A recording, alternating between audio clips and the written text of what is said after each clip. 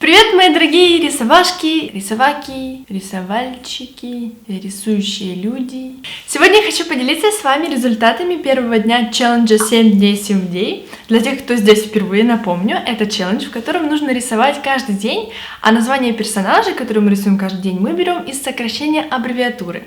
И понедельник у нас пугливый наркобарон. Никогда не рисовала наркобаронов.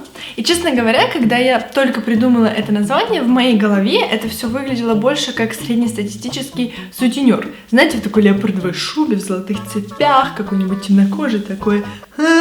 Но, когда я начала искать референсы в Пинтересте, в Гугле, по запросу наркобарон, я заметила, что очень много отсылок к сериалу «Нарко» про Пабло Эскобара. Я подумала, он, как самый яркий представитель наркобаронства, был бы хорошим персонажем для изображения, и поэтому я его образ взяла за основу. Возможно, из-за этого, если не знать задание, с первого взгляда ты так и не скажешь, что он наркобарон. Вот такой вот у меня получился мистер, и сейчас я вам покажу процесс.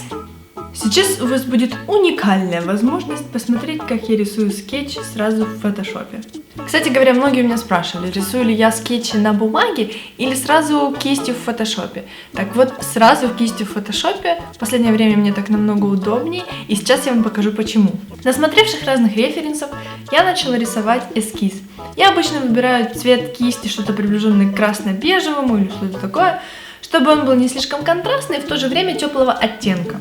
Главной отличительной чертой Пабло Эскобара была его странная прическа и очень интересные усики. Я постаралась выбрать для своего персонажа такую позу, которая бы как раз передавала его пугливость. Как будто бы он весь такой постоянно начеку, и не дай бог какой-нибудь шорох, и сейчас все пропадет.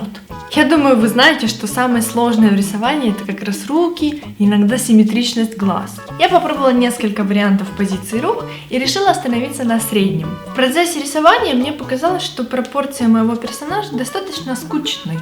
Они очень похожи на настоящие, и нет в этом какой-то, знаете ли, такой изюминки и необычности. Поэтому я решила поэкспериментировать с помощью такого инструмента в фотошопе, который называется Liquify.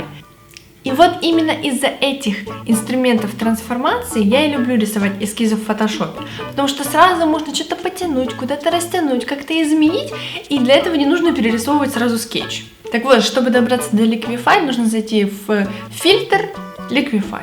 И там можно выбрать инструмент, который раздувает форму или сужает ее. Таким образом можно играться с пропорциями. После того, как я уже определилась с формой, я обрезала холст, разместила персонажа по центру и приступила к выбору цвета. Как я уже говорила, я в этот раз хочу сделать ограниченную цветовую палитру и сделать ее какую-то необычный подход. И мне в последнее время нравится очень сочетание желтого, розово-персикового, светло-голубого и темно-синего. Именно эти оттенки я хочу использовать в своих иллюстрациях. Но тут, знаете ли, всегда важен баланс. Главное не сделать все очень пестрым, и если в одной иллюстрации преобладает темно-синий, то все остальные цвета сделать по минимуму или акцентами. И для этой иллюстрации я сначала выбрала розовый оттенок кожи, потом поняла, что он слишком яркий, и сделала его светлее. Акцентом у меня здесь будет желтая рубашка, а вот темно-синим цветом я сделала волосы и им же в поддержку штаны. Когда я рисую иллюстрации в фотошопе, я все делаю на отдельных слоях. То есть лицо у меня на одном слое, прическа на слое под ним и так далее. Это достаточно удобно. Слой с деталями лица у меня тоже лежит отдельно. Таким образом я рисую глаза, нос, усы, и это все у меня живет своей жизнью. Добавив нужные детали на лице, уже сразу прорисовывается персонаж, уже видно характер, и он получается достаточно забавным. Я решила добавить такой пикантный элемент, как волосики на груди. Также во время этого челленджа я хочу попрактиковаться с разнообразными текстурами.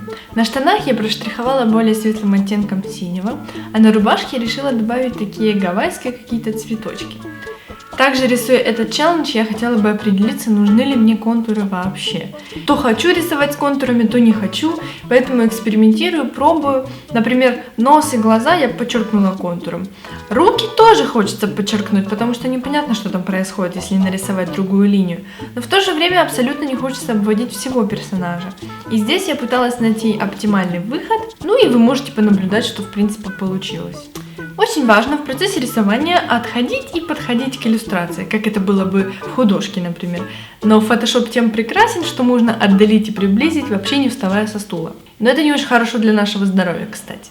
Я еще немножко поковырялась с формой рук, чтобы все смотрелось органично и перфектово. По-моему, так говорил наш преподаватель по эстампу. Или это я сама себе придумала?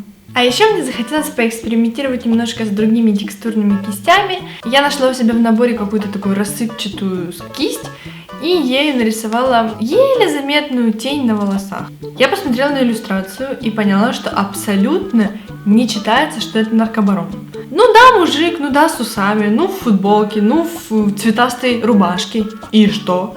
Поэтому я добавила ему несколько элементов. Я добавила ему тот самый пакетик с белым веществом. А еще хотела нарисовать задние мешки с деньгами, но поняла, что мне совершенно не нравится, как они выглядят. Все сливается, становится слишком пестрое, персонаж теряется. В итоге я отказалась от этой идеи. Взамен я повесила ему на шею цепь со знаком $. А еще добавила ему вокруг головы капельки пота, вдохновившись вот этим смайликом. И вот таким нехитрым способом у меня получился взволнованный Пабло, наркобарон. Больше всего в этой иллюстрации мне нравятся его усы. Надеюсь, это была ваша первая и последняя встреча с наркобароном в вашей жизни. Очень интересно, как вам мой наркобарон, понравилась ли вам иллюстрация, удалось ли мне передать тот самый характер, пугливости и все такое. Напишите ваши комментарии, я все читаю. Не всегда отвечаю, но всегда читаю. И не забывайте выкладывать ваши иллюстрации в Инстаграм с хэштегом 7 дней 7 идей или 7 days 7 ways. Обязательно отмечайте меня, я буду все лайкать. И завтра уже я покажу некоторые из ваших работ в своем видео. Поэтому увидимся завтра. И завтра у нас внезапный танцор. Пойдемте танцевать, товарищи. Пока!